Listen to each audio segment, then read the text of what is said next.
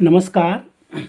विज्ञानयात्री Melvin Ellis kelvin यांचे जीवनचरित्र आणि त्यांचे वैज्ञानिक योगदान या संदर्भात आपले संवाद साधण्याचा हा एक प्रयत्न आहे. अशा महत्त्वपूर्ण विषयासाठी कृपया चॅनलला सबस्क्राईब करा. आपली मते आणि सूचना कमेंट बॉक्समध्ये लिहा.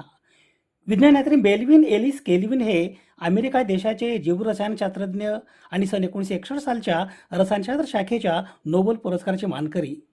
वनस्पतींच्या प्रकाशसंश्लेषण संदर्भातील कार्बन डायऑक्साईड एकत्रीकरणावरील संशोधनासाठी अँड्र्यू बेन्सन आणि जेम्स बाशम यांच्यासोबत मेल्विन एलिस केल्विन यांना ओळखले जाते. प्रकाश संश्लेषण केल्विन चक्र या संशोधन कार्यासाठी मेल्विन एलिस केल्विन यांना सन 1961 सालचे रसायनशास्त्र शाखेचे नोबेल पारितोषिक देऊन गौरवण्यात आले. मेल्विन एलिस केल्विन यांचा जन्म दिनांक 8 एप्रिल 1911 रोजी अमेरिका देशातील मिनेसोटा राज्याच्या सेंट पॉल या शहरात झाला. त्यांचे आईवडील लिथुएनियातील स्थलांतरित म्हणून अमेरिकेत आले होते. वडील काल्व्हारियातून आले म्हणून केल्विन असे आडनाव त्यांना मिळाले. मेल्विन एलिस केल्विन यांच्या जन्मानंतर त्यांचे आईवडील अमेरिका देशातील मिशिगन राज्याच्या डेट्रॉइट येथे राहण्यास गेले, म्हणून मेल्विन एलिस केल्विन यांचे शालेय शिक्षण डेट्रॉइटच्या स्थानिक शाळेत पूर्ण झाले. केल्विन यांना विज्ञानातील रसायनशास्त्र आणि भौतिकशास्त्र या विषयात आवड होती. मिशिगन राज्यातील हॉटन येथे बसलेल्या Michigan college of mining and टेक्नॉलॉजीमध्ये मेल्विन एलिस केल्विन यांना शिष्यवृत्ती मिळाली. रसायनशास्त्र विषयाच्या अभ्यासक्रमात निवडण्यास त्यांना योग्य वाटणारे विकल्प नव्हते, म्हणून त्यांनी खनिजशास्त्र, भूगर्भशास्त्र, जीवाश्मशास्त्र आणि स्थापत्य अभियांत्रिकी हे विषय निवडले. अनेक ज्ञानशाखांची सरमिसळ असलेल्या अशा अभ्यासाचा मेल्विन एलिस केल्विन यांना भविष्यात आंतरशाखीय संशोधनात बराच फायदा झाला. महाविद्यालयीन शिक्षणाचे 1 वर्ष पूर्ण झाल्यावर प्रचंड जागतिक आर्थिक मंदीमुळे ते मध्ये सोडून द्यावे लागले. नंतर पुन्हा औपचारिक शिक्षण घेण्यास सुरुवात करून त्यांनी विज्ञानातील पदवी प्राप्त केली. पुढे मिनियापोलिस राज्यातील मिनेसोटा विद्यापीठातून इलेक्ट्रॉन असणारे आयोडीन, ब्रोमीन यासारख्या हॅलोजन गटातील अणू संदर्भातील त्यांनी संशोधन केले, प्रबंध सादर केले आणि मेल्विन एलिस केल्विन यांना रासायनिक अभियांत्रिकी क्षेत्रातील PhD पदवी मिळाली. रॉकफेलर फाउंडेशन यांच्याकडून मिळालेल्या अनुदानाच्या आधारे मेल्विन एलिस केल्विन हे पोस्ट डॉक्टरल अभ्यासासाठी इंग्लंडमधील मँचेस्टर विद्यापीठात गेले. तिथे मायकेल पोलानी यांच्या मार्गदर्शनाखाली आंतरशाखीय विषय घेऊन त्यांनी संशोधनास सुरुवात केली. पोलानी कोणत्याही समस्येच्या अनेक पैलूंचा एकत्रित विचार करत असत. या धोरणात मेल्विन एलिस केल्विन यांच्या वर्क आणि परस्पर संबंध नसणाऱ्या अनेक विषयाचा अभ्यास चपखल बसला. हायड्रोजन रेणू सक्रिय कसा होतो आणि धातुयुक्त पॉर्फिरिन, मेटॅलोपॉर्फिरिन यासारख्या रंजकांची रचना आणि कार्य यावर मेल्विन एलिस केल्विन यांनी संशोधन कार्य केले. त्यामुळे कार्बन रेणूच्या रचनेत आणि कार्य याच्याबद्दलची त्यांची सैद्धांतिक बैठक पक्की झाली. पुढे मेल्विन एलिस केल्विन हे कॅलिफोर्निया राज्यातील बर्कली येथील कॅलिफोर्निया विद्यापीठ येथे प्राध्यापक पदावर कार्यरत झाले. आयुष्यातील सुमारे 50 वर्षाचा कार्यकाल मेल्विन एलिस केल्विन यांनी बर्कली आणि कॅलिफोर्निया विद्यापीठात व्यतीत केले. शिकवण्यापलीकडे जाऊन ते प्रकाश संश्लेषणात सहभागी असणाऱ्या कार्बनी रेणूसंबंधी प्रयोग करत सन 1939 पासून सन 1945 पर्यंत दुसऱ्या महायुद्धामुळे त्यांच्या संशोधन कार्यात खंड पडला होता. मेल्विन एलिस केल्विन यांनी मॅनहॅटन प्रकल्पासाठी युरेनियमपासून विखंडनाने तयार होणाऱ्या पदार्थामधून शुद्ध रूपात प्लुटोनियम वेगळे कसे काढावे याच्या पद्धतीही शोधल्या. दुसऱ्या महायुद्धात त्यांचा उपयोग झाला नाही, पण नंतर शांततेच्या काळात श्वसन विकार रुग्णोपचारासाठी या प्लुटोनियमचा उपयोग होऊ लागला. मेल्विन एलिस केल्विन हे सन 1946 ते 1947 या कालावधीसाठी लॉरेन्स लिव्हरमोअर नॅशनल लॅबोरेटरी येथे कार्यरत होते. या लॉरेन्स लिव्हरमोअर नॅशनल लॅबोरेटरी संस्थेचे वैशिष्ट्य म्हणजे तेथील रासायनिक जीवगतिकी म्हणजे केमिकल बायोडायनॅमिक्सचा विभाग.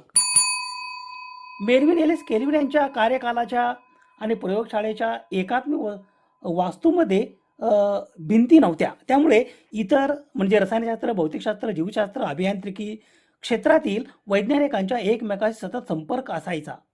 त्यांची सन 1971 साली बर्कली विद्यापीठातील रसायनशास्त्र विभागाचे प्राध्यापक या पदावर नेमणूक झाली. बेल्विन एलिस केल्विन यांनी हायड्रोजन रेणू सक्रिय होण्यासंबंधीचे आपले संशोधन कार्य चालूच ठेवले. त्यांना रेणुवीय अनुवंशिकता अभ्यासताना असे लक्षात आले की गुणसूत्रातील केंद्रकांबलात म्हणजे DNA सारख्या केंद्रकांबलात नायट्रोजनी आधार एकमेकांना हायड्रोजन बंधानी म्हणजे हायड्रोजन बॉन्डनी जोडलेले असतात हे त्यांच्या लक्षात आले.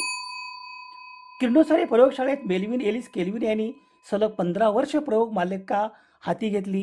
सतत केलेल्या प्रयत्नातून किरणोत्सारी कार्बनचा उपयोग केल्याने प्रकाश संश्लेषण प्रक्रियेतील अज्ञात असे बरेचसे तपशील उघड झाले. बेल्विन एलिस केल्विन यांनी कल्पकतेने किरणोत्सारी समस्थानिक अन्वेषी कार्बन 14 म्हणजे शोधक कार्बन अणू म्हणजे रेडिओ ॲक्टिव्ह ट्रेसर अंतर्भूत असणारा कार्बन डायऑक्साईड रेणू वापरला. 1945 पासून कार्बन 14 शास्त्रज्ञांना प्रयोगशाळेत कामासाठी उपलब्ध झाला होता. 1949 मध्ये बेल्विन एलिस केल्विन आणि त्यांचे बर्कलीतील सहकारी जटिल सेंद्रिय रासायनिक क्रिया समजण्यासाठी प्रयोगामध्ये कार्बन 14 वापरू लागले होते. वनस्पती प्रकाश शोषून पाणी आणि कार्बन डायऑक्साईड यांचे रेणू एकत्र आणतात हे बेल्विन एलिस केल्विन यांनी सिद्ध केले होते. त्यांच्या संयोगातून मोठे रेणू उदाहरणार्थ ग्लुकोज, फ्रुक्टोज यासारख्या शर्करा आणि नंतर स्टार्चसारखे पिष्टमय पदार्थ तयार होतात.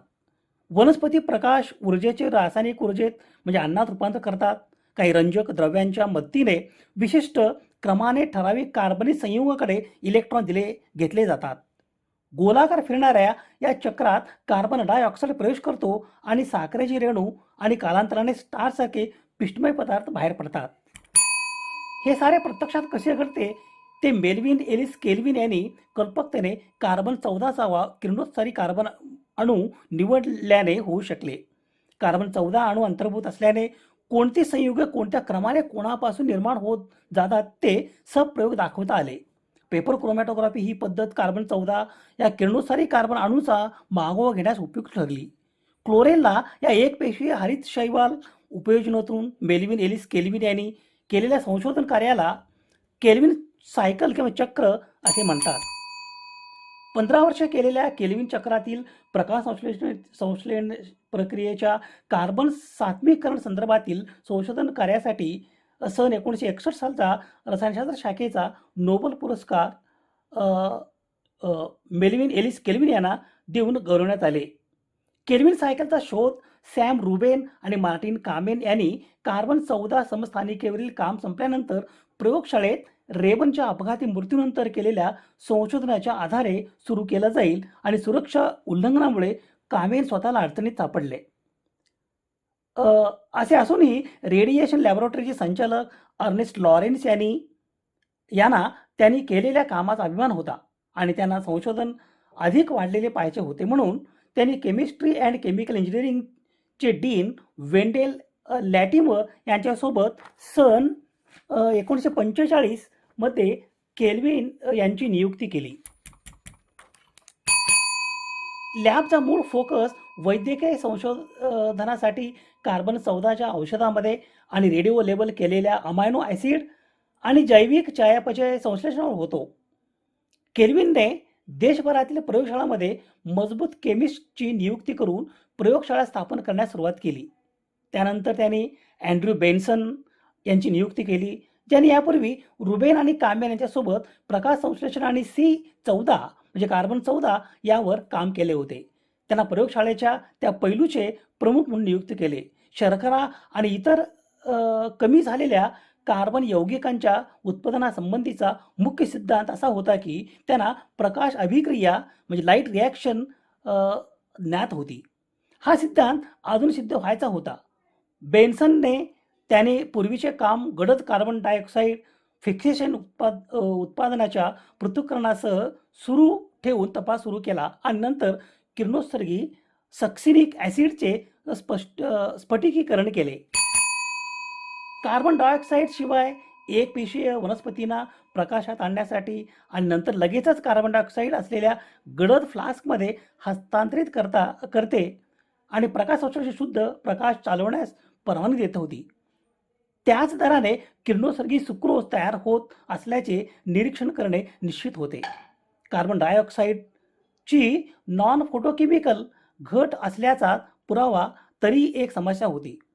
त्यांना अनेक कार्बन डायऑक्साईडच्या फिक्सेशनचे पहिले उत्पादन निश्चित करणे आवश्यक होते. हे करण्यासाठी त्यांनी डब्ल्यू स्टेपकाने पायनियर केलेल्या पेपर क्रोमॅटोग्राफी तंत्राचा वापर करण्यास सुरुवात केली.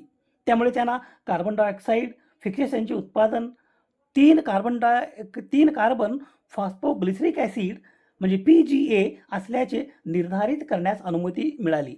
रुबेन आणि कामेन यांनी वर्षापूर्वी वर्णन केलेल्या प्रतिक्रियेतून म्हणजे रिॲक्शननुसार ग्लुकोज किण्वनाचे एक प्रदीर्घ ज्ञात उत्पादन होते.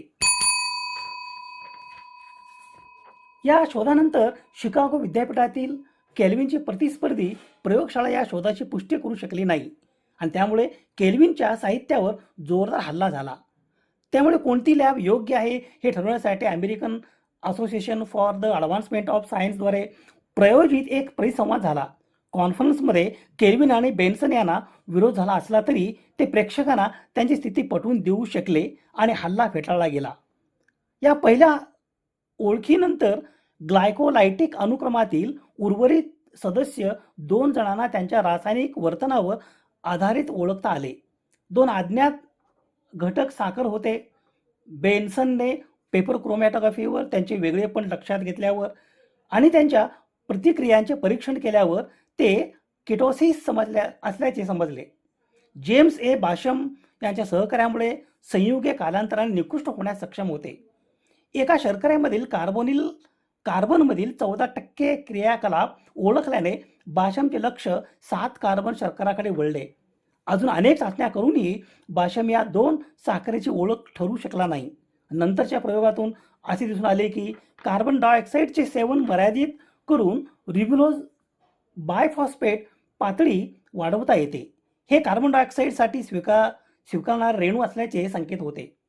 याची यंत्रणा ताबडतोब स्पष्ट झाली नसली तरी केल्विन नंतर कार्बोक्झायलेशन मेकॅनिझम नावाची एक निश्चित करू शकला, ज्यामुळे सन 1958 मध्ये मालिका पूर्ण होऊ शकली.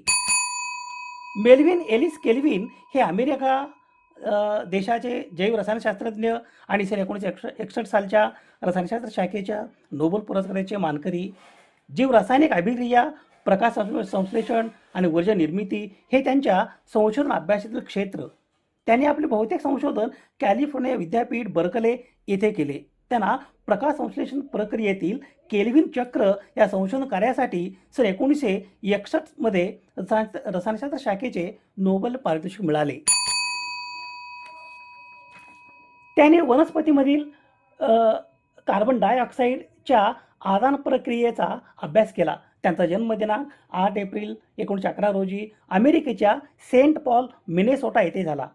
त्यांनी Michigan college of mining and technology येथे रसायनशास्त्र विषयातील पदवी शिक्षण पूर्ण केले. त्यांची संशोधन पदवी म्हणजे PhD शिक्षण मिनेसोटा विद्यापीठाची. त्यांनी किरणोत्सर्गी कार्बन 14 याच्या उपयोजनातून वनस्पती कशा प्रकारे प्रकाश ऊर्जेचा वापर करून कार्बन डायऑक्साईडचे रूपांतर ग्लुकोज या अन्न यौगिकामध्ये करतात हे स्पष्ट केले. याला केल्विन बेन्सन बायशम सायकल असे सुद्धा म्हणतात. दिनांक 8 जानेवारी 1997 रोजी मेल्विन एलिस केल्विन यांचे बर्कली येथे आजारातून उद्भवलेल्या हृदयविकाराने निधन झाले. विज्ञानयात्री मेल्विन एलिस केल्विन यांच्या स्मृतीस विनम्र अभिवादन. स्रोत संदर्भासाठी ही यादी आहे. समाज हिताच्या एखाद्या वैज्ञानिक विषयासंदर्भात प्रबोधन करणे, जागतिक समस्यांचे निराकरण करण्यासाठी सामाजिक इच्छा आणि संसाधने एकत्रित करणे आणि मानवतेच्या यशाचा उत्सव बळकट करणे यासाठी सुवर्ण संधी म्हणजे सामाजिक आणि वैज्ञानिक सण आणि उत्सव. अशा महत्त्वपूर्ण विषयासाठी कृपया चॅनलला सबस्क्राईब करा. आपली मते आणि सूचना कमेंट बॉक्समध्ये लिहा. विज्ञान निष्ठा ही जीवननिष्ठा. धन्यवाद.